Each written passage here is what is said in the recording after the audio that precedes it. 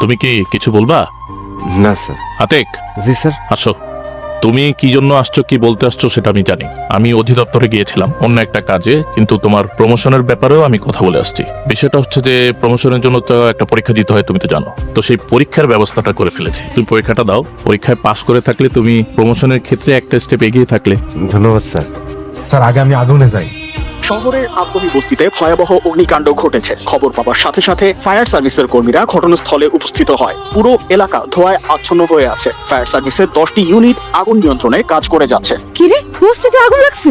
যে আগুন লাগছে আতিক রেখে গেছে রে। কতবার বলছি চাকরিটা ছাড়া কোনো কথাও শুনে না, ফোন অত ঢুকে না। 10 জন মরে গেছে, সাথে 3জন ফায়ার ফাইটার মারা গেছে। আল্লাহ, এ তো কিয়ামত হয়ে গেছে। আল্লাহ খোদা, এটা কোনো কথা?